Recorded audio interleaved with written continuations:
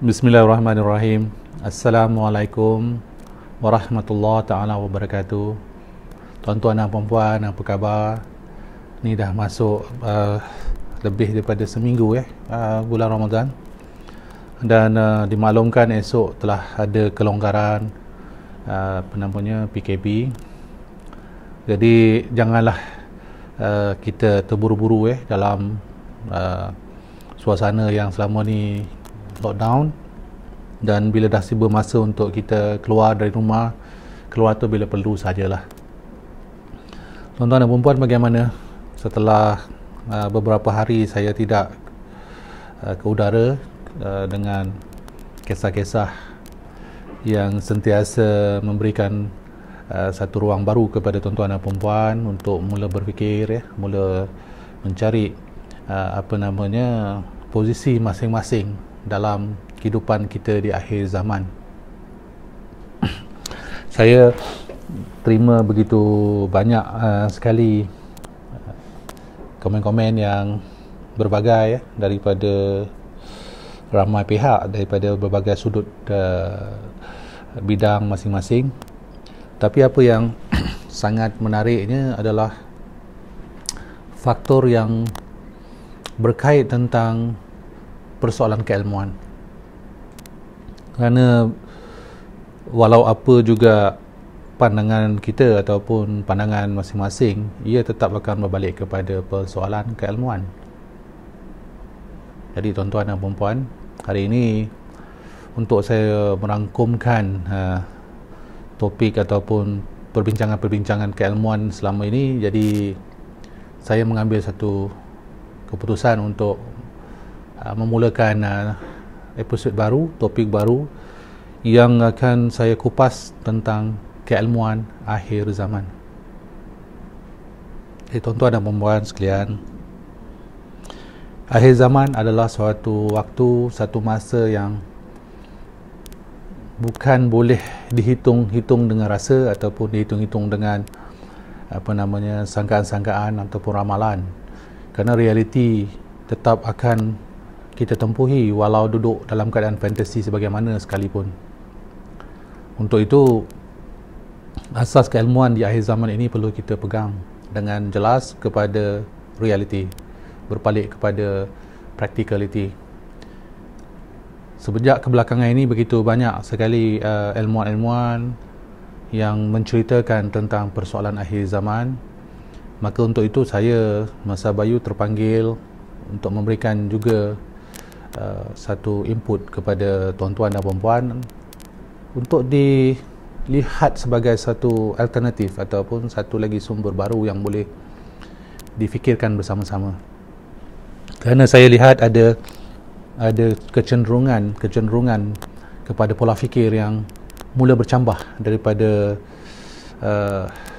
golongan-golongan yang inginkan satu pembaharuan, inginkan suatu jawapan yang lebih berbalik kepada practicality, walaupun masih lagi dominan pada cerita-cerita yang membawa kepada fantasi, tetapi telah ada trend telah ada kelihatan dah mula tumbuh pemikiran-pemikiran yang akan membawa kita kepada jawapan dan juga suatu penemuan yang akan jauh berbeza daripada dominan yang ada pada hari ini. Jadi hari ini saya akan terangkan kepada tuan-tuan dan puan-puan persoalan umum keilmuan akhir zaman terlebih dahulu. Kemudian saya akan berikan tuan-tuan dan puan-puan dua faktor ilmu yang perlu kita fahamkan, dua faktor utama dalam keilmuan. Kemudian saya akan perjelaskan pula empat disiplin ilmu yang akan menjadi wadah kepada perbincangan kita hari ini, yang mana hari ini merupakan hari yang pertama, hari pertama. Jadi kita ada 7 episod untuk topik keilmuan akhir zaman. Jadi hari ini adalah topik yang pertama ataupun episod yang pertama.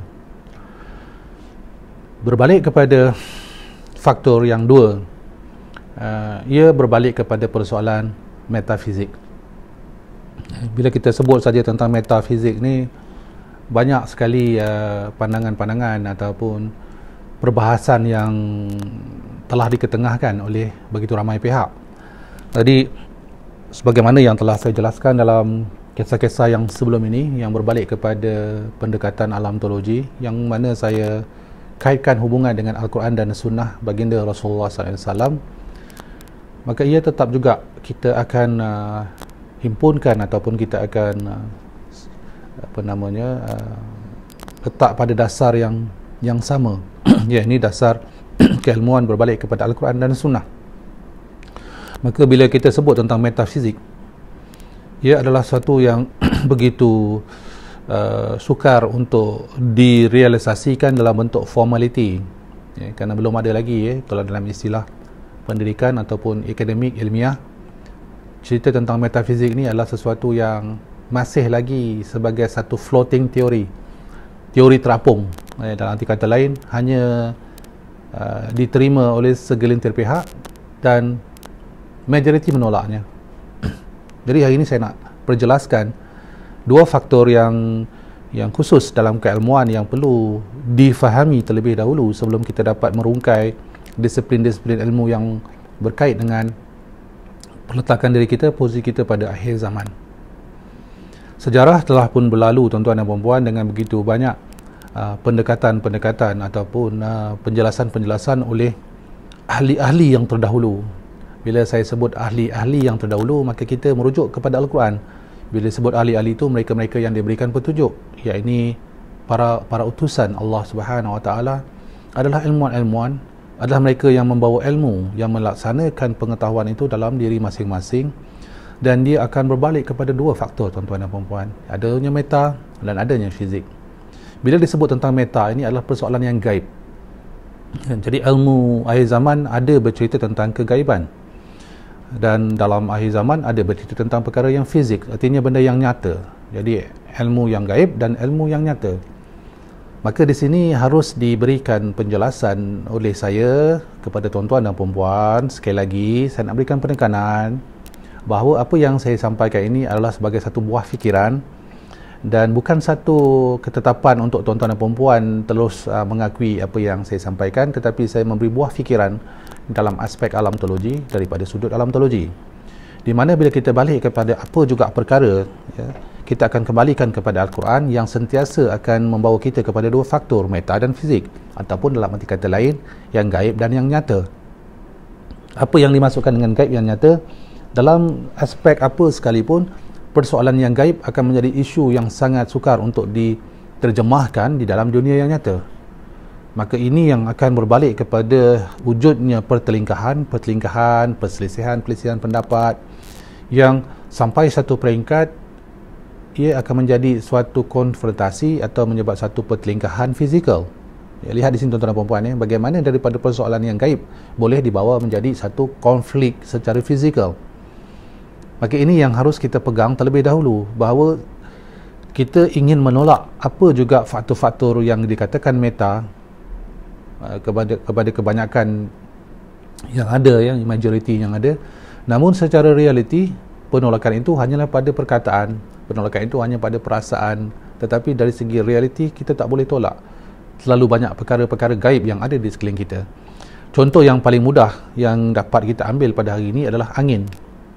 Contoh angin, kita dapat rasa angin, kita menghidu udara, dan udara itu tidak dapat kita lihat, tidak dapat kita pegang sebagaimana saya memegang Al-Quran pada saat ini. Jadi ia adalah suatu perkara yang dikatakan gaib. Itulah dalam aspek posisi meta. Adakah kita boleh menolak perkara tersebut? Pasti tak boleh tolak, kerana kita dapat merasakan wujudnya udara, dapat merasa wujudnya angin. Maka dalam aspek ini tadi, bagaimana nak memperjelaskan ataupun menyatakan tentang kewujudan sesuatu yang tidak dapat difizikkan, yang ini menjadi persoalan-persoalan di dalam persoalan keilmuan, ataupun dalam lebih-lebih lagi berbalik kepada persoalan akademik ataupun ilmiah. Maka di sini datang persoalan yang pertama, kerana dua keilmuan ini tadi membawa kepada isu yang sangat besar kepada dunia hari ini di kalangan mereka-mereka yang ada dua kelompok, iaitu kelompok yang percaya dan kelompok yang tidak percaya. Maka ini datangnya persoalan keimanan, tuan-tuan dan puan-puan.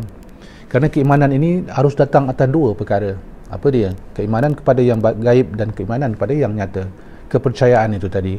Maka bagaimana kita nak dapatkan persoalan keimanan itu tadi? Dalam aspek keilmuan untuk saya sampaikan pada hari ini, berbalik kepada persoalan yang tadi. Apa dia? Keimanan atas perkara yang gaib dan dia diterjemahkan di dalam perkara yang nyata. Akhir zaman adalah zaman yang sangat penuh dengan kekeliruan tuan-tuan dan perempuan. Itu saya akan terjemahkan, saya akan terangkan kepada tuan-tuan dan perempuan untuk dinilai dan difahami bahawa atas dua faktor yang saya katakan tadi, kita akan dapat melihat dengan sangat jelas. Macam mana yang saya masukkan sangat jelas situasi hari ini. Jadi kita akan dapat lihat akhir zaman apa sebabnya berlaku begitu banyak pertelingkahan ataupun begitu banyak berlakunya persengketaan, perbalahan sesama manusia. Kerana dua faktor ini. Itu yang melibatkan faktor fizik dan melibatkan faktor meta. Maka saya terangkan kepada tuan-tuan dan perempuan secara asas dah jelas ya. Maksudnya yang gaib dengan yang nyata. Maka daripada gaib dan nyata itu dia akan datang suatu persoalan yang dinamakan keimanan. Dah terangkan dalam video-video yang sebelum-sebelum ni tentang persoalan keimanan ya. Maka hari ini saya nak jelaskan kerana dengan persoalan ilmu ataupun keilmuan akhir zaman ini, ia akan dapat menjelaskan diri kita dari aspek pelaksanaan hidup kita ya. Kita nak melaksanakan sesuatu, kita kena ada pengetahuan. Maka pengetahuan itu biarlah bertepatan dengan apa yang sepatutnya kita laksanakan. Kerana isu-isu yang berlaku pada hari ini terlalu banyak pengetahuan-pengetahuan yang akhirnya dilaksanakan oleh individu ataupun sekelompok manusia yang tidak berlandaskan kepada persoalan metafizik yang saya nyatakan tadi. Maka ada pihak yang akan duduk pada meta semata-mata dan akan ada yang pihak memberatkan fizik semata-mata. Maka untuk itu topik hari ini saya lihat sangat penting kepada semua pihak lah, sebagai pembuka, sebagai mukadimah, supaya tidak ada lagi perkara-perkara yang tergantung ya, yang saya katakan floating theory ataupun teori terapung. Saya ditanya dengan persoalan eskatologi ya, ilmu fatih, saya tak faham sebab saya tak menggunakan istilah sedemikian ya. Jadi kalau salah sebut tu saya minta maaf lah, kerana istilah saya mudah saja. Saya akan balik kepada metafizik, balik kepada persoalan Al-Quran dan Sunnah. Maka dalam aspek ini tadi, bila saya sebut saja persoalan metafizik, saya akan kembalikan kepada Al-Quran dan Sunnah. Boleh faham ya tuan-tuan dan perempuan? Jadi mana posisi dia? Bila masuk kepada posisinya itu tadi, maka Al-Quran itu akan kita kembalikan kepada Allah Subhanahu Wa Taala kerana dia datang daripada Allah, kalam Allah. Maka itu metanya. Tetapi apabila untuk difizikkan apa juga yang dikatakan kalam Allah, meta itu tadi, maka datanglah di situ sunnah. Maka barulah datangnya persoalan utusan dan persoalan yang ada pada baginda Rasulullah sallallahu alaihi wasallam, yang mana beliau adalah fizik. Allah itu meta. Allah itu tidak boleh kita lihat, tidak boleh kita pegang, tidak boleh kita tahu di mana posisinya, kerana dia tidak berbekas, tidak bertempat. Maka untuk kita memahamkan faktor itu, maka adanya fizik. Maka fizik itu ada pula pada satu sosok, iaitu pada junjungan besar kita Nabi Muhammad SAW. Maka boleh faham tak tuan-tuan dan perempuan? Ini masih awal lagi ya, masih peringkat penjelasan terlebih dahulu. Okey, kita pergi kepada perinciannya pula sekarang, iaitu tentang meta. Maka sebagaimana yang telah saya nyatakan tadi, meta itu adalah persoalan gaib. Maka dia berbalik kepada Al-Quran. Al-Quran adalah ilmu ataupun adalah satu sumber yang akan dijadikan sebagai pengetahuan. Pengetahuan. Al-Quran ini adalah pengetahuan yang akan diambil sebagai satu sumber yang boleh dan juga perlu dilakukan atas faktor fizik. Maka bila sebut saja meta, itu adalah perkara yang gaib. Maka Al-Quran ini adalah sesuatu yang gaib. Dalam arti kata lain, gaib kerana datang daripada yang gaib. Maka sampai kepada kita dalam bentuk naskah, turunnya wahyu Allah kepada junjungan besar kita Nabi Muhammad SAW. Lalu ianya telah pun diterjemahkan di dalam bentuk pelaksanaan. Maka di situ datangnya sunnah. Tuan-tuan dan puan-puan, kita bercerita tentang akhir zaman, kita bercerita tentang ilmu akhir zaman. Begitu banyak sumber-sumber yang ada di luar sana, begitu banyak kitab-kitab yang ada, kajian-kajian oleh ilmu-ilmuwan yang terdahulu yang beratus-ratus tahun lamanya, contohnya yang dikaji oleh kelompok-kelompok yang tertentu. Ia sebenarnya tetap harus kita kembalikan sebagaimana dalam video-video yang sebelum ni, persoalan meta dia. Maka siapakah yang kita nak usulkan ataupun kita nak jadikan sebagai asas kepada meta? Kita kaji apa sekalipun, persoalan apa sekalipun, akhirnya kita akan kembalikan kepada meta, iaitu kembalikan kepada Allah Subhanahu Wa Taala. Maka dalam aspek persoalan meta, keilmuan meta ini tadi adalah keilmuan mengenal Allah. Maka apa yang saya maksudkan itu tadi adalah bagaimana kita mengenal Allah. Maka untuk kita mengenal Allah, cari jawapannya di dalam Al-Quran. Kalau kita nak mengenal Allah daripada sumber yang lain daripada Al-Quran, macam mana kita nak mengenal Allah Subhanahu Wa Taala? Maka persoalan meta dalam aspek akhir zaman yang ingin saya sampaikan kepada tuan-tuan dan puan-puan adalah persoalan mengenal Allah Subhanahu Wa Taala. Kenapa?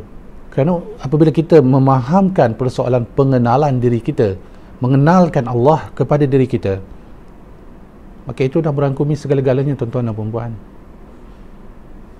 Ia adalah persoalan yang tidak boleh kita nafikan. Maka di situ datang persoalan yang pertama yang saya jelaskan tadi tentang keimanan. Kita beriman. Beriman macam mana?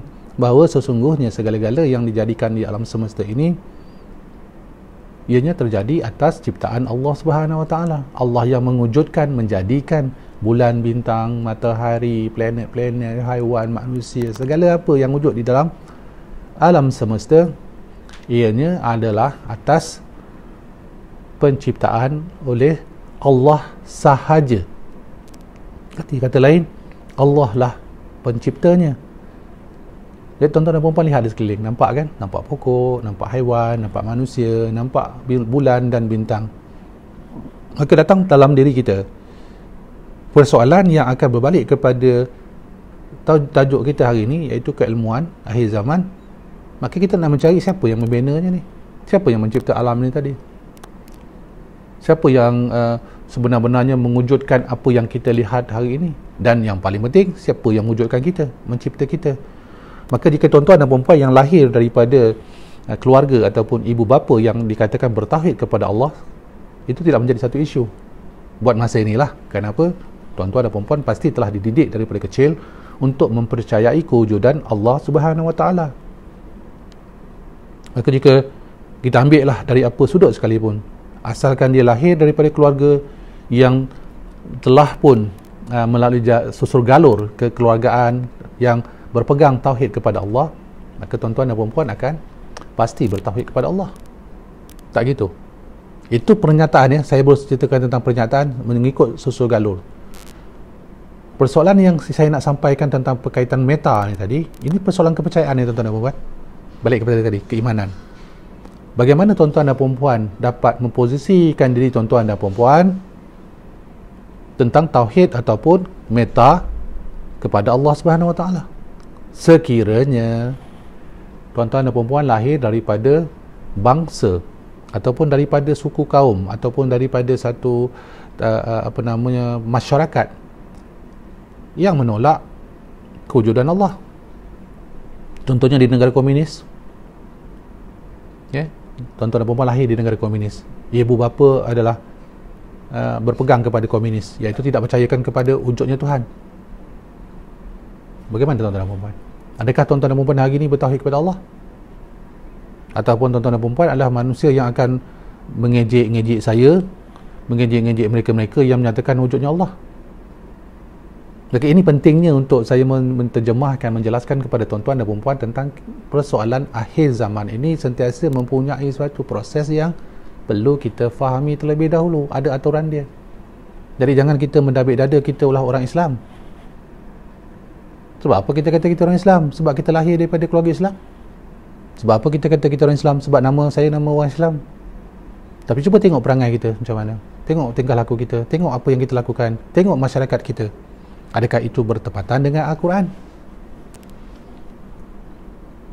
Jadi apabila itu disentuh, kita rasa tersinggung. Kenapa? Kita rasa saja nak menyakitkan hati kita, saja nak apa merendah-rendahkan diri kita. Kita yakin kepada Allah, kita yakin kepada Islam, dan kita akan tentang orang yang mengatakan kita tidak sebagaimana yang kita nyatakan. Kita marah dia. Tetapi kita lupa realitinya.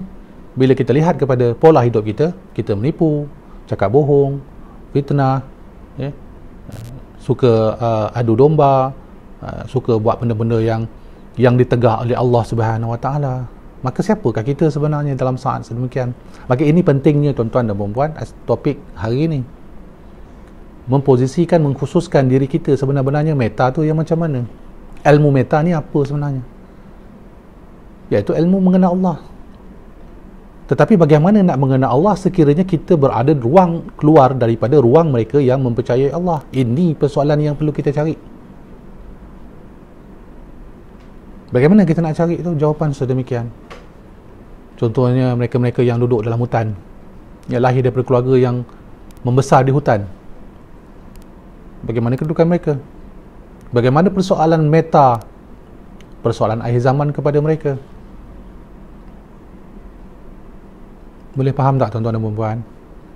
Betapa kita ini sebenarnya banyak hidup dalam keadaan yang penuh sangka-sangka.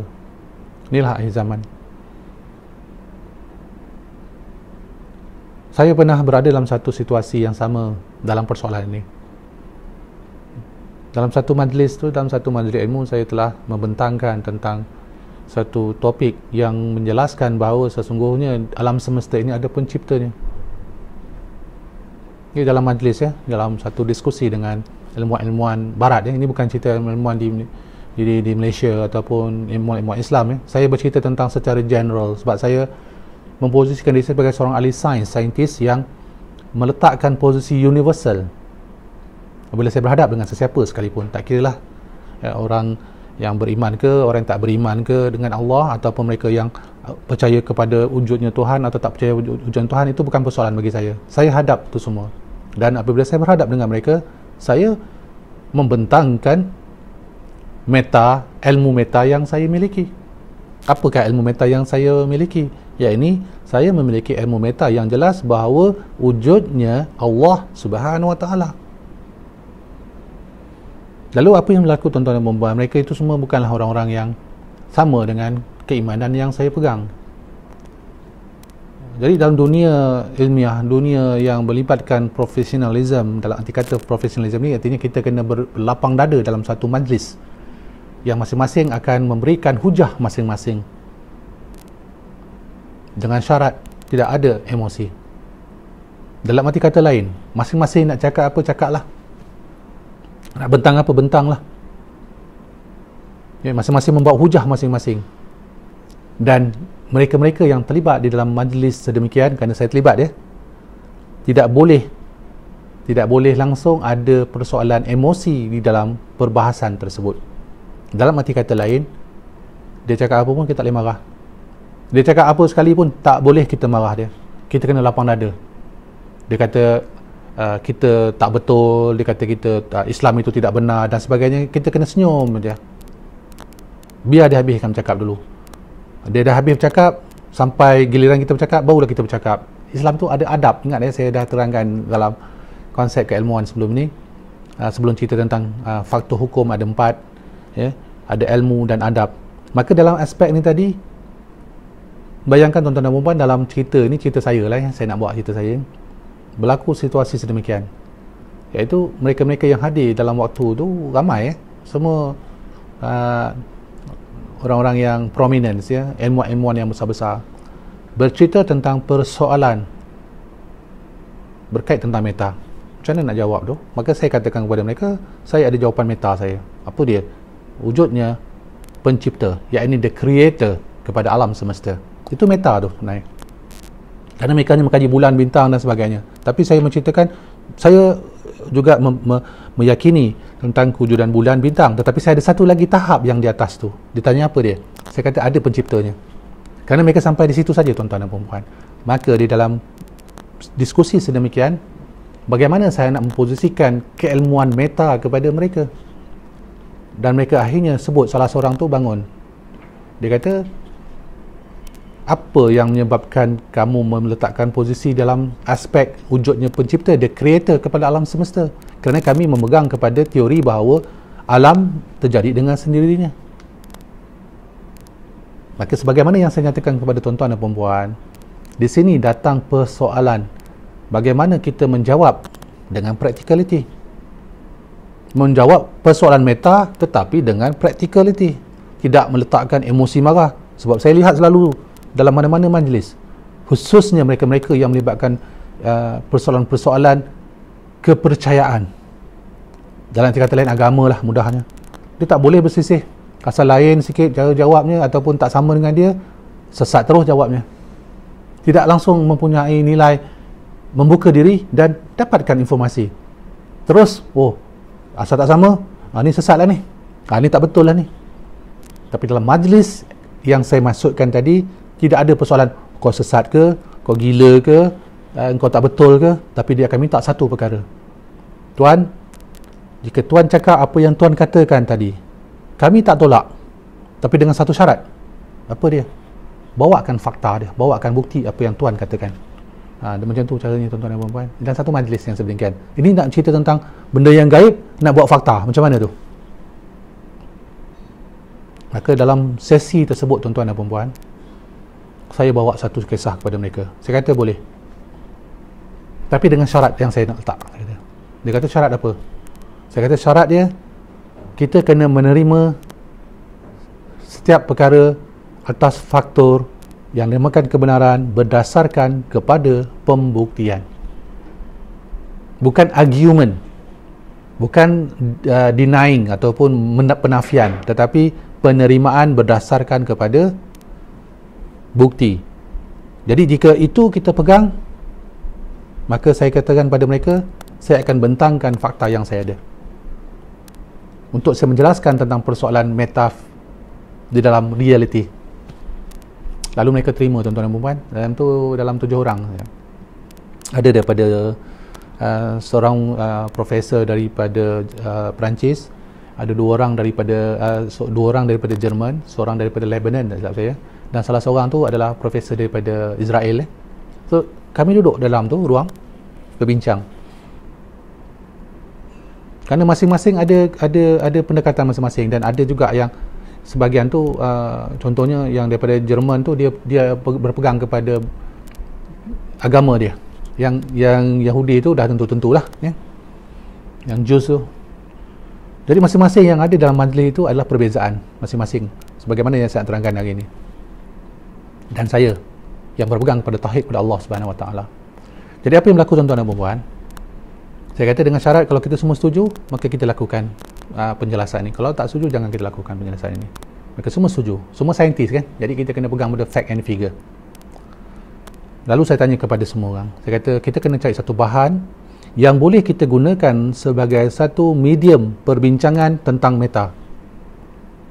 Sebab nak cerita benda yang tak nampak ni, susah kita nak bercerita tentang benda yang tak nampak. Tapi jadikan sesuatu yang nampak tetapi ia memperjelaskan persoalan meta. Dan semua setuju. Okey, cari apa dia? Jangan libatkan kitab-kitab masing-masing. Saya tak boleh libatkan Al-Quran, mereka tak boleh libatkan apa kitab-kitab yang mereka miliki, ataupun apa juga kepercayaan yang mereka miliki. Itu semua tolak ke tepi. Semua tolak ke tepi. Kerana apabila saya nak terangkan, okey, ini saya ambil daripada Al-Quran, maka dia akan katakan kepada saya, memanglah sebab kamu orang Islam, kamu percaya pada Al-Quran. Saya tak percaya pada Al-Quran. Kenapa kamu nak suruh saya terima bukti yang kamu katakan ada dalam Al-Quran? Saya tak percaya Al-Quran. Maka ini konsep meta yang perlu saya perjelaskan, dan untuk tuan-tuan dan puan-puan faham tentang realiti akhir zaman. Persoalan meta panjang juga saya nak terangkan ni ya, agak lama ni, tak pastilah yang 4 nanti akan dapat atau tidak dapat. Kalau tak dapat, saya akan terus dulu dengan 2 perkara ni dan saya sambung esok 4 kalau tak sempat lah. Jadi tuan-tuan dan puan-puan, lalu apa yang kami buat masa tu, ini ada satu di depan kami meja Jadi saya pun pandang kiri, saya pandang kanan, apa yang saya nak dapat, bahan yang boleh saya dapat di keliling, yang tidak ada bahan tu mesti bahan common lah, bahan yang umum, tak ada melibatkan budaya, tak melibatkan agama, tidak melibatkan apa-apa, sesuatu yang ada depan mata. Dan saya terlihat adanya kertas, ada kertas A4, kertas tu. Jadi saya ambil kertas tu, saya letak atas meja, saya tanya, beritahu pada mereka, okey, macam mana kita jadikan kertas ini sebagai perbincangan untuk memperjelaskan persoalan meta. Jadi mereka kata kertas, kertas. Ini tentang topik keilmuan ya, tuan-tuan dan puan-puan, faham ya? Cuba perlahan-lahan ikut apa yang saya cuba sampaikan ni. Jadi semua pandang-pandang, masing-masing berpandang kiri, pandang kanan, tengok dan pandang saya. Nak fahamkan apa yang saya nak sampaikan ni. Kalau setuju, kita jalan. Tak setuju, jangan. Kata setuju, okey. Apa yang ceritanya ni tentang kertas ni? Maka saya katakan begini. Saya nak bertanya daripada setiap seorang di sini. Dan tolong jawab dengan jelas. Based on practicality. Berarti berdasarkan kepada diri masing-masing. Okay, saya tanya seorang. Boleh terangkan saya tak? Ni kertas ni warna apa? Dan waktu tu kertas A4 warna putih ya, tuan-tuan dan puan-puan. Kalau kita makan warna putih. Ada dia pun kata, this is white. I know this is white. So why you ask this question? Dia tanya tu saya. Saya kata, I'm asking you. I not want to argue with you. Maknanya saya kata, saya tanya dengan awak, saya bukan nak bergaduh dengan awak. Kan kita dah bincang awal-awal, kita nak berbincang dengan cara yang universal. Jangan persoalkan, kita hanya bertanya dan perlu kita jawab. Dia kata, okey, sorry. Minta maaf kerana saya tersilap. Dia kata, okey, tak apa. Warna apa? Oh, warna putih. Dan seorang lagi, warna apa? This is white, putih juga. Seorang lagi, this is white. Semua menyatakan warna itu putih. Kertas itu warnanya putih. Jadi tanya, mereka tanya kepada saya, apa kaitannya dengan topik meta yang kita nak bincangkan pada hari ini? Maka saya beritahu kepada mereka, tanya soalan yang sama kepada saya. Setiap seorang yang saya tanya tadi, tanya semula kepada saya, warna kertas ni warna apa? Lalu mereka semua tanya, okey, Mr. Basarbayu, apa dia? Dan apa warna yang ada di depan pada kertas ini? Maka saya jawab pada mereka, pada saya, kertas ini warnanya hitam. Terperanjat tak? Masing-masing macam terbiak mata lah, sebab masing-masing semua menyatakan warna tu putih. Tiba-tiba sampai kat saya mengatakan ni warna hitam. Jadi apa yang berlaku, tuan-tuan dan puan-puan? Konflik berlaku dalam masa itu sepantas itu konflik datang antara saya dengan mereka. Dan sampai satu tahap dia kata, why are you saying this is black? Kenapa anda menyatakan ini hitam? Kita semua dah tahu ini putih. What are you trying to prove here? Maksudnya, apa yang awak nak cuba buktikan di sini? Belum saya jawab secara detail perinci, dah mempersoalkan pilihan ataupun pernyataan saya. Artinya macam mana? Artinya saya belum menjelaskan dan belum kita bercerita secara fokus kepada persoalan itu tadi, dah ada argument, dah ada perbalahan. Kerana majoriti pada sangat itu menyatakan warna kertas itu putih. Maka di depan mereka adalah manusia, saintis yang mereka lihat gila lah tu. Berarti Basarbayu gila lah. Orang lain semua cakap putih, dia seorang kata hitam. Dia datang daripada planet mana? Maksudnya macam tu, tuan-tuan dan puan-puan. Jadi agak spontan, berlaku sedikit ketegangan. Ini sifat manusia. Sebab saya nak bercerita tadi tentang practicality. Saintis pun boleh tersentak apabila bercerita tentang persoalan keilmuan meta. Kerana kebiasaan dia dah tahu, ini semua tahu. Duduk ke mana-mana pun, ini adalah putih. Tapi tiba-tiba datang Basarbayu sebut yang dikatakan putih oleh majoriti, tiba-tiba hitam. Dan saya kata, okey, dah tenang semua. Boleh kita sambung kepada step yang kedua. Persoalan apa step yang kedua? Ingat, tuan-tuan dan puan-puan, pembuktian. Kena ada proses pembuktian. Jadi saya tanya dengan mereka, baiklah, saya akan memperjelaskan, saya akan membuktikan kepada tuan-tuan dan puan-puan, masa tu Prof, that I can give you an evidence. Saya boleh memberikan bukti, saya boleh menyatakan dengan scientific, because we are scientists. Kerana kami adalah saintis, kita adalah saintis, maka saya akan buktikan dengan secara saintifik, secara hitungan matematik dan sebagainya, untuk membuktikan bahawa kertas ini warna hitam.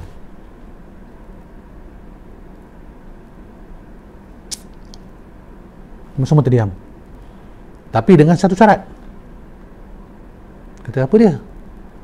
Kalau saya dapat membuktikan apa yang saya cakap berdasarkan kepada apa yang kita bincangkan pada hari ini, saya nak bertanya dengan tuan-tuan, dengan prof semua yang ada di sini hari ini, buktikan kepada saya bahawa kertas ini putih.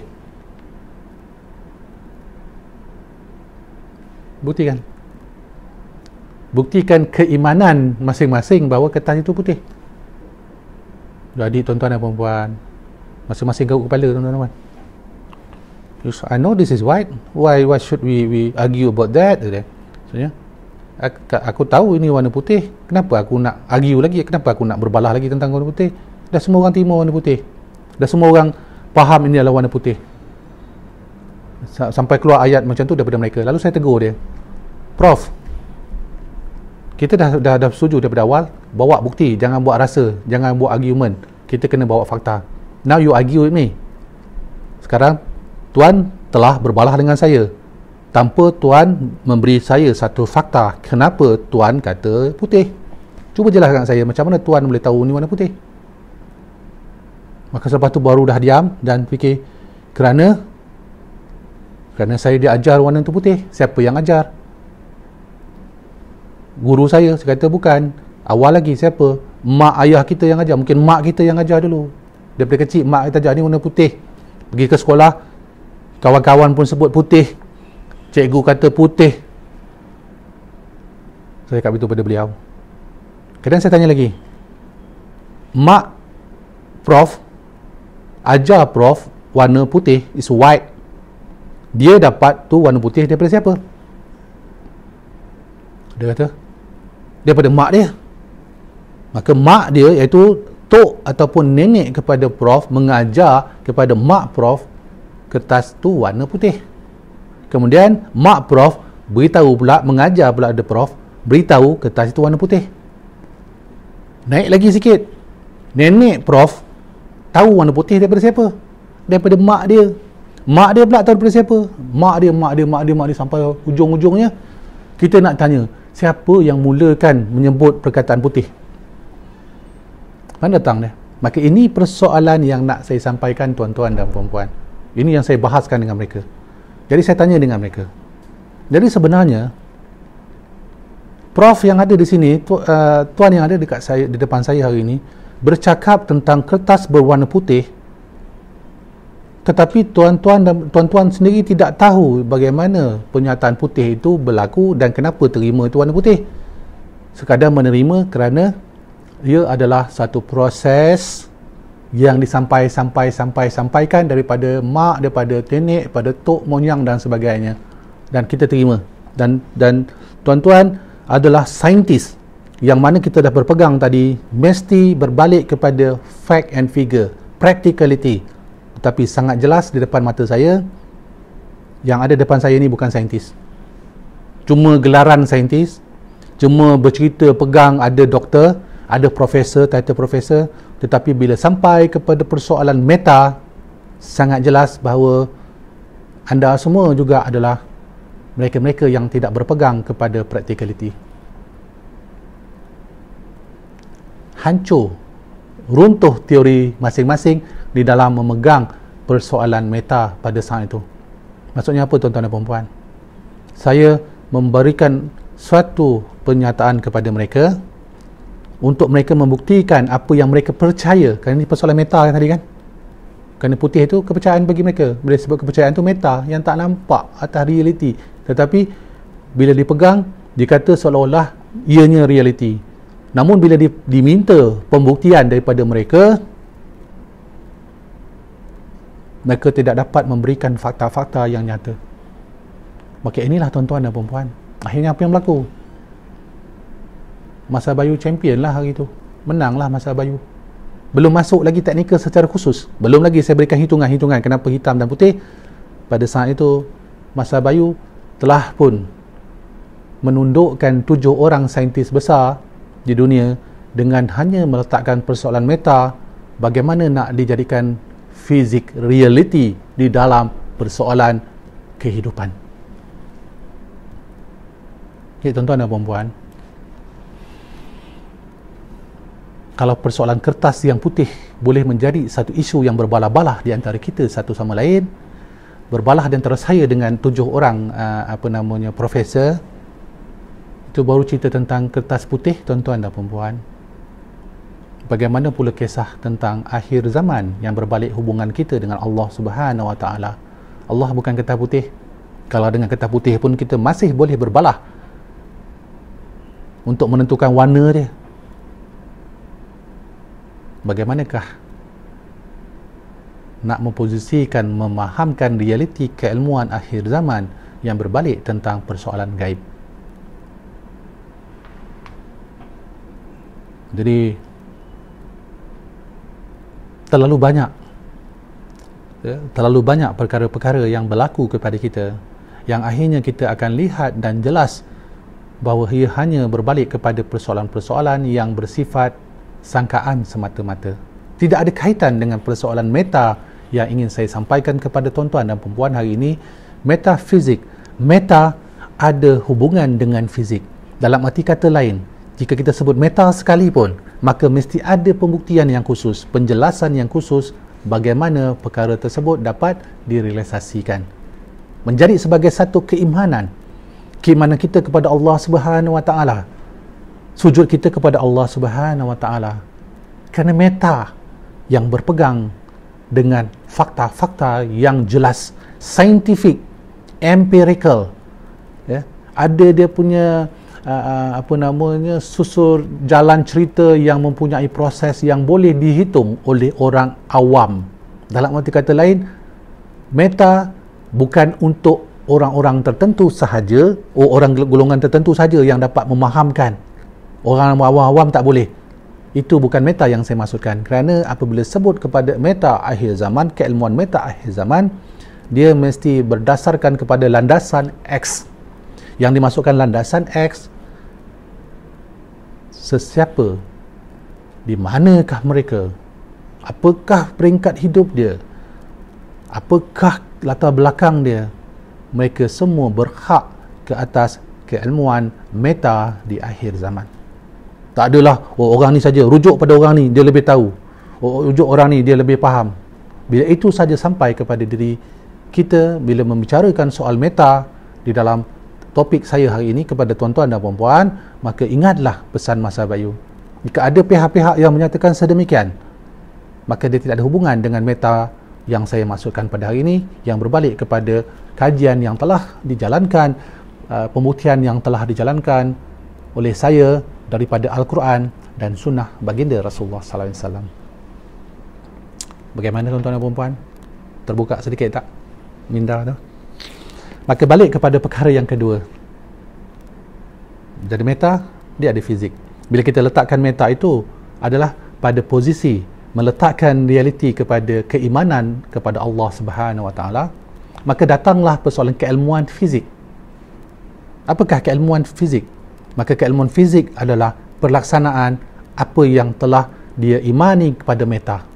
Apabila dia telah beriman kepada Allah Subhanahu Wa Taala dalam persoalan meta, maka di situ tuan-tuan dan puan-puan, kena ada bukti, kena ada pembuktian bahawa kita beriman kepada meta.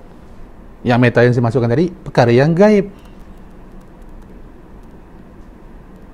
Tuan-tuan dan puan-puan beriman kepada Allah bukan?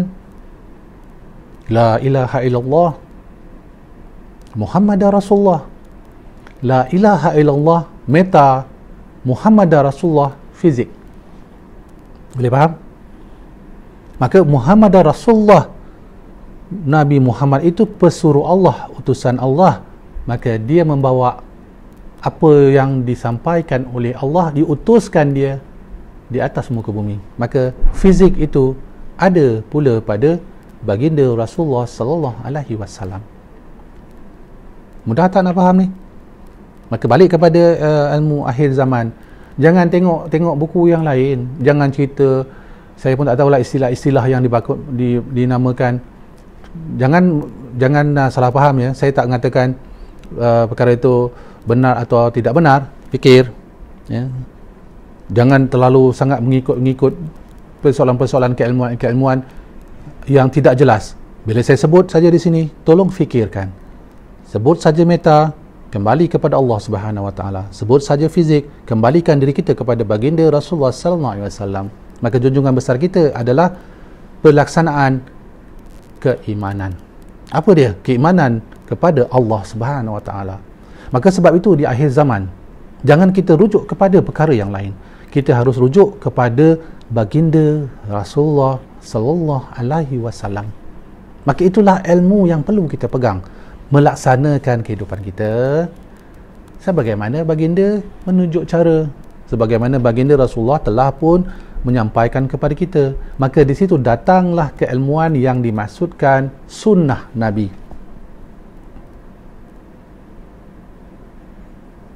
Faham tak di sini? Jadi bila kita sebut tentang fizik, bukan fizik yang kita belajar di sekolah tu, fizik ni arti kata wujud, kewujudan, ada. Maka yang ada di depan mata kita, yang ada pada kehidupan masyarakat manusia adalah sosok manusia juga sebagai fiziknya. Maka di situlah yang saya katakan tadi, Nabi Muhammad sallallahu alaihi wasallam. Dari atas sebab itu, kenapa kita merujuk kepada yang lain? Kepada guru itulah, kepada imam itulah, imam ni dan sebagainya. Sedangkan sebesar-besar imam dan dah dijelaskan kepada kita, sebesar-besar guru yang menjadi nukleus kepada persoalan berbalik kepada keimanan untuk melengkapkan proses meta, hanya ada pada satu sosok. Siapa? Baginda Rasulullah sallallahu alaihi wasallam. Maka apa perlu kita buat? Kita perlu membuat dengan melihat apa juga sifat-sifat yang telah ada pada baginda Rasulullah SAW. Saya dah terangkan dah sebelum ni. Maka itulah yang akan dibawa, yang saya ceritakan tentang kisah Imam Mahdi yang sebelum-sebelum ini. Kenapa dia bercerminkan? Cerminan beliau adalah baginda Rasulullah SAW. Kerana itulah dia fiziknya pada akhir zaman, yang harus bertepatan untuk melaksanakan keimanan meta, membuktikan kewujudan Allah Subhanahu Wa Taala. Nak buktikan kena ada pelaksanaan pembuktian, kena buat.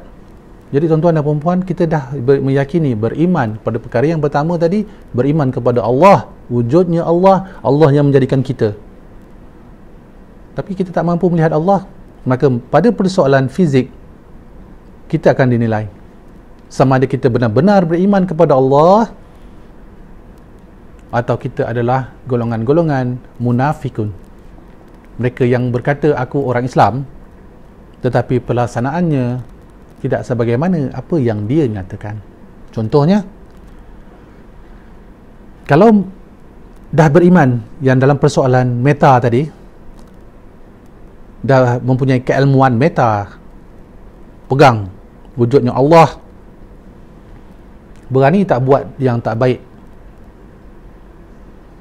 seolah-olah Allah tidak wujud. Yang buat fitnah, yang suka marah-marah tak tentu pasal, yang suka buat makan rasuah, yang buat kerja-kerja yang maksiat dan sebagainya. Kenapa dia buat begitu? Kerana dia tidak meyakini, tidak beriman Allah tu wujud. Itu jawabnya. Itu saya nak maksudkan dari segi persoalan fizik. Kalau tuan-tuan dan puan-puan telah memfitnah seseorang, tuan-tuan dan puan-puan rasa Allah tak ada ke? Tak tahu ke? Dan tuan-tuan dan puan-puan kata tahu, sedar ada, tapi kenapa buat? Bermakna secara realiti, kita jangan ambil masa rasa, kita ambil dari segi hitungan. Tak percaya Allah lah. Kalau percaya Allah, berani buat tak? Contoh yang paling mudah, depan polis macam mana? Bawa kereta elok je kan depan polis kan, lampu hijau, lampu merah, tahu kita ikut. Sebab apa? Oh, ada polis tu, ada kamera lah contohnya. Kalau tak ada polis pun ada kamera. Tertib aja Cik Minah bawa kereta. Dia Makcik Kiah nak pergi beli barang, sebab Makcik Kiah dapat peruntukan. Nak tahu tak cara hidup Makcik Kiah? Makcik Kiah akan melalui kehidupan dia pada hari ini dengan cara aturan dia. Makcik Kiah mandu kereta, Makcik Kiah dalam berjalan kereta nampak trafik, nampak polis ada di simpang, Makcik Kiah akan memastikan kereta dia berjalan dengan lancar dan dia berhenti di tempat yang sepatutnya. Tapi saat makcik Kiah lalu saja lepas traffic light, tidak nampak sesiapa, polis pun tak ada, lampu merah pun makcik Kiah langgar. Adakah itu konsep dia? Faham tak tuan-tuan? Ini belum cerita tentang Haji Saleh pula, Tuan Saleh. Ya, sebab sebelum ni makcik Kiah akan masuk Tuan Saleh pula. Macam-macam cerita Jadi saya nak masukkan di sini supaya tuan-tuan dan puan dapat faham. Fizik adalah pelaksanaan meta. Keilmuan fizik. Apabila kita pegang di situ, tuan-tuan dan puan takkan sekali-kali membuat kesalahan. Kalau tuan-tuan dan puan masih lagi melakukan kesalahan-kesalahan, menipu contohnya, buat kerja yang tak sepatutnya, janganlah cerita menipu orang. Susah kita nak fahamkan kat situ. Mungkin kita rasa kita tak tipu, kita tertipu. Tapi contoh yang paling mudah, bawa kereta, ada tak pernah langgar traffic light? Kalau pernah langgar traffic light, berarti tuan-tuan dan puan percaya tak ada polis di depan tu, betul tak? Kalau tuan-tuan dan puan boleh langgar traffic light yang merah kerana tuan-tuan dan puan yakin pada saat tu, yakin 100%, 100% tidak ada pak polisi di depan tu, tidak ada siapa yang memerhatikan, kerana itulah tuan-tuan dan puan berani melanggar undang-undang yang telah ditetapkan. Kenapa? Yakin, keimanan, tidak ada pak polisi. Maka apabila kita dudukkan kepada keilmuan fizik, bila kita melakukan kesalahan, maka sebenarnya sama cara hitungnya tadi. Tidak ada, kita yakin pada saat itu tadi Allah tidak wujud. Maka sesiapa sekalipun, ini cerita akhir zaman, sesiapa sekalipun tuan-tuan dan puan-puan sekalian, kalau tuan-tuan dan puan-puan buat salah, buat perkara yang ditegah oleh Allah dalam keadaan tuan-tuan dan puan-puan sedar, berarti tuan-tuan dan puan-puan sedar bahawa tuan-tuan dan puan-puan tidak beriman kepada Allah Subhanahu Wa Taala. Itu saja dia punya hitungan paling mudah. Kosonglah jawabnya. Betul-betul sedar balik, Allahu Akbar, Astaghfirullahalazim, aku buat salah. Maka bertaubatlah kita. Sebab tu Allah tu Maha Pengampun. Dia tahu tuan-tuan dan puan-puan banyak buat dosa. Kejap-kejap lupa, kejap-kejap lupa. Sebab itu kita diperintahkan solat 5 waktu. Kita diperintahkan solat 5 waktu, kenapa? Submission, meta. Kalau kita tak bersolat, bila masa pula kita nak sambungkan fizik kepada meta? Jadi tuan-tuan dan puan-puan, jangan jadikan diri kita hipokrit, jangan jadikan diri kita munafik yang berkata-kata tetapi tidak melaksanakan apa yang kita katakan. Maka di sini persoalan keilmuan akhir zaman yang ingin saya kongsikan dengan tuan-tuan dan puan-puan berbalik kepada pelaksanaan sebagaimana yang telah dilaksanakan oleh baginda Rasulullah sallallahu alaihi wasallam. Meletakkan posisi dirinya dengan melangkah, lidahnya, telinganya, matanya sentiasa meyakini bahawa sesungguhnya Allah itu wujud, maka Allah sentiasa memerhati atas apa yang ia lakukan dalam hidupnya. Maka takut dia. Kenapa? Allah perhati. Nampak polis, berani kita nak langgar traffic light, ada polis depan mata kita, depan mata kita, baik jalannya, oh ada polis kan. Kalau naik basikal tu, turun basikal, sorong basikal tu depan polis, lepas polis tu naik balik basikal, kayuh balik semula.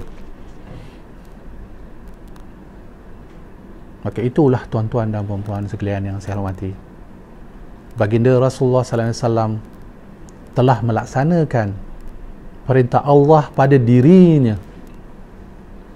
Dia telah diutuskan kepada kita tuan-tuan dan puan-puan dengan mengajar kita, bukan dengan bercakap kepada umat-umatnya, tetapi dia melaksanakan segala-galanya pada dirinya terlebih dahulu.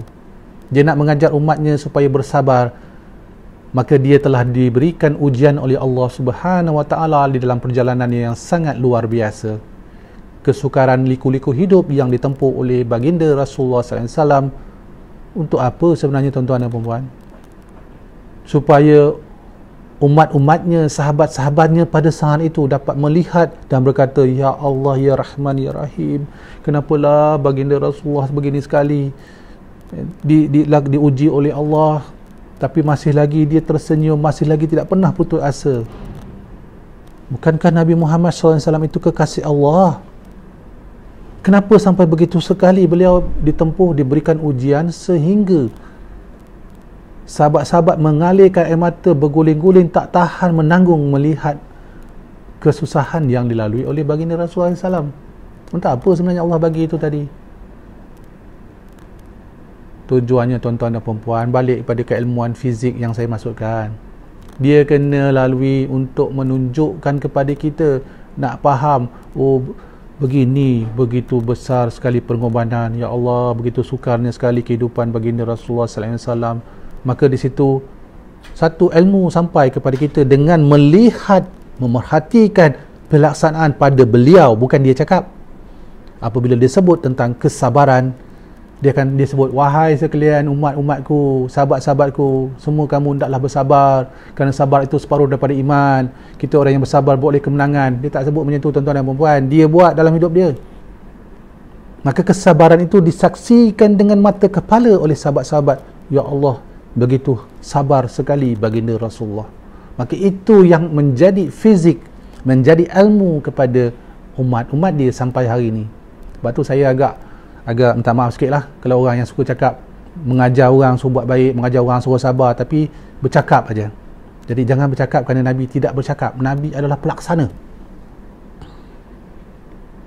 Jadi jangan ingat Nabi duduk depan berceramah macam mana penceramah-penceramah di dunia pada hari ini. Jangan ambil fitnah atas perkara yang tidak kita tahu. Kerana Nabi adalah pelaksana fizik, ilmu fizik yang di mana mengimani keilmuan meta. Jadi tuan-tuan dan perempuan, persoalan berbalik kepada keilmuan fizik adalah atas apa yang kita fahami daripada perjalanan baginda Rasulullah sallallahu alaihi wasallam. Maka tuan-tuan dan perempuan, akhir zaman, ilmu akhir zaman adalah ilmu kita kembalikan diri kita kepada baginda Rasulullah. Maka bagaimana caranya? Ni di tangan saya Al-Quran. Buka balik Al-Quran. Apa juga ceritanya tentang ilmu akhir zaman, berbalik kepada metafizik. Bila balik kepada metafizik, maka Al-Quran itu menceritakan tentang yang gaib dan tentang yang nyata. Setinggi mana sekali yang tuan-tuan dan perempuan faham sekali ketuhanan, bagaimana sekali pun bercerita tentang persoalan ketuhanan Allah, zat Allah dan sebagainya, minta maaf sekali lagi saya cakap, jangan berbohong dengan diri sendiri. Kalau kita tidak lagi kita laksanakan dalam kehidupan kita secara jelas bagaimana yang telah dilakukan oleh baginda Rasulullah sallallahu alaihi wasallam, jangan berbohong, memfitnah dalam keadaan kamu tidak mengetahui hakikat yang sebenarnya. Baginda Rasulullah SAW menempuh perjalanan daripada Mekah sampai ke Madinah melalui kehidupan yang begitu sukar. Untuk apa? Sekali lagi saya ulangkan tuan-tuan dan perempuan, untuk kita faham apakah sebenar-benarnya ilmu fizik, ilmu wujud, ilmu yang dikatakan persoalan fardu kifayah yang berkait tentang persoalan kehidupan kita di atas muka bumi. Apa tanggungjawab kita? Jadi apa pun yang nak kita sampaikan, apa yang nak kita buat, apa yang kita nak rujuklah kembali kepada sunnah Nabi. Kerana sunnah Nabi adalah fizik yang melaksanakan atas keimanan kepada meta. Bagaimana tuan-tuan dan perempuan? Beza tak apa yang saya telaskan? Kok nanti kok adalah cerita baru, disiplin baru tentang ilmu akhir zaman daripada Pal Masa Bayu. Siapa yang mengharap sedemikian, menantikan kisah-kisah sedemikian, maknanya sia-sialah video-video saya yang lama-lama. Sia-sialah apa yang saya jelaskan kepada tuan-tuan dan perempuan selama ini. Masih lagi nak duduk dalam dunia yang penuh dengan hayalan. Tuan-tuan dan perempuan, sesuatu yang tidak dapat kita tolak dalam diri kita, sesuatu yang tidak dapat kita nafikan daripada diri kita, apabila kita berpegang kepada keimanan kita kepada Allah Subhanahu Wa Taala. Apa dia? Kita akan sesat dan sesat sesat-sesatnya jika kita tidak berpandukan kepada sunnah baginda Rasulullah SAW dalam hidup kita. Itu yang pasti, tuan-tuan dan puan-puan. Dan begitu juga berlaku kepada baginda Rasulullah.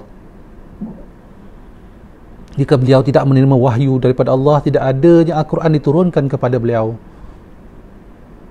maka baginda juga akan duduk dalam keadaan yang tidak tahu nak buat apa-apa, tuan-tuan dan puan-puan. Maka fizik yang saya nyatakan, fizik yang saya sampaikan kepada tuan-tuan dan puan-puan, practicality, pernyataan yang khusus, penjelasan yang bukan dibuat-buat, bukan dicerita-cerita di dalam majlis-majlis ilmu, tetapi ia adalah satu penelitian, satu pencerahan, dan ianya adalah pelaksanaan dalam hidup, dalam diri masing-masing, sehingga sampai satu waktu, sampai satu saat ia telah melengkapkan proses-proses yang telah dia imani daripada awal, iaitu keimanan dia kepada Allah Subhanahu Wa Taala. Maka sebab itu, tuan-tuan dan puan-puan, bila saya di universiti, saya bertemu dengan pihak-pihak universiti, profesor-profesor, saya bertanya soalan ini. Kenapa di kalangan pelajar-pelajar yang telah lepas, yang telah pun menghabiskan pendidikan mereka di universiti, akan selalu berpegang kepada satu falsafah, satu teori? Apa teorinya? Mereka akan selalu menyebut praktikal tak sama dengan teori. Tak gitu. Lalu saya akan membantah dengan memberikan hujah dan memberikan fakta-fakta yang jelas. Bermakna, kalau jika teori tidak sama dengan praktikal, maka amat jelas teorinya itu tadi tidak ada hubungan dengan praktikal. Kalau itu berlaku, kenapa nak belajar teori yang tidak akan dipraktikkan dalam hidup? Kita harus kembalikan diri kita kepada apa yang kita dapat daripada teori. Maka itu yang akan kita laksanakan. Maka di sini, tuan-tuan dan puan-puan, teori adalah Al-Quran, praktikalnya adalah baginda Rasulullah SAW. Maka apa juga yang ingin saya sampaikan kepada tuan-tuan dan puan-puan yang saya hormati sekalian, adalah satu perkara yang boleh dilaksanakan oleh setiap individu. Tuan-tuan dan puan-puan tak perlu takut nak tahu aku ni belajar tinggi ke, belajar rendah ke, aku tak belajar sampai universiti ke, masuk universiti ke, tak masuk universiti ke, aku ni mengaji pandai ke, tak pandai mengaji ke. Sesungguhnya, tuan-tuan dan puan-puan, soal yang membawa diri kita kepada Allah adalah atas diri kita. Bukan berapa banyak sijil yang kita miliki, bukan berapa banyak sekolah yang dah kita masuk, tetapi berbalik kepada persoalan hati yang sentiasa meletakkan Allah di dalam setiap perkara. Maka untuk itu, tuan-tuan dan puan-puan, saya nampaknya tak dapat nak membawa tentang 4 disiplin keilmuan akhir zaman yang akan saya bentangkan pada hari ini. Sepatutnya saya nak bentangkan, nampaknya panjang. Mukadimah ni agak panjang sikit, kerana topik keilmuan akhir zaman ini bagi saya topik yang agak apa namanya, santai, tetapi penuh dengan kiasan falsafah yang perlu ditegakkan, yang perlu diperjelaskan supaya tidak timbul kekeliruan. Kerana sebagaimana saya katakan tadi, persoalan metafizik adalah asas permulaan kepada keilmuan akhir zaman. Maka untuk itu, tuan-tuan dan puan-puan sekalian, saya, Masar Bayu, ingin sekali lagi mengucapkan berbanyak-banyak terima kasih lah kepada yang masih lagi mengikuti siaran saya. Tapi saya perhatikan jugalah, bila saya masukkan saja topik-topik yang tidak ada kena-mengena dengan akhir zaman, dah ramai tak nak tengok dah, semua nak tunggu akhir zaman, cerita-cerita kisah akhir zaman. Bila saya cerita tentang kisah-kisah perubatan, saya cerita tentang rheumatologi, macam mana perjalanan ilmu, nampaknya tak ramailah yang minat-minat begitu. Tetapi kepada tuan-tuan dan perempuan yang masih setia, yang masih nakkan memahamkan apa yang Masar Bayu sampaikan kepada tuan-tuan dan perempuan, saya nak pesan satu saja: jadilah bagaimana perjalanan yang telah saya lalui. Saya tak peduli dengan mereka-mereka yang ramai, kerana saya hanya memilih satu jalan saja. Tak nak ikut, tak apa, asalkan kita mengikuti jalan yang telah dituntun oleh baginda Rasulullah sallallahu alaihi wasallam. Biarlah kita jalan sendiri, jalan 10 orang, jalan 20 orang, asalkan jalan itu akan membawa kita kepada syurga Allah Subhanahu Wa Taala. Bertemu lagi insya-Allah pada esok hari untuk episod yang seterusnya. Saya Mas Bayu.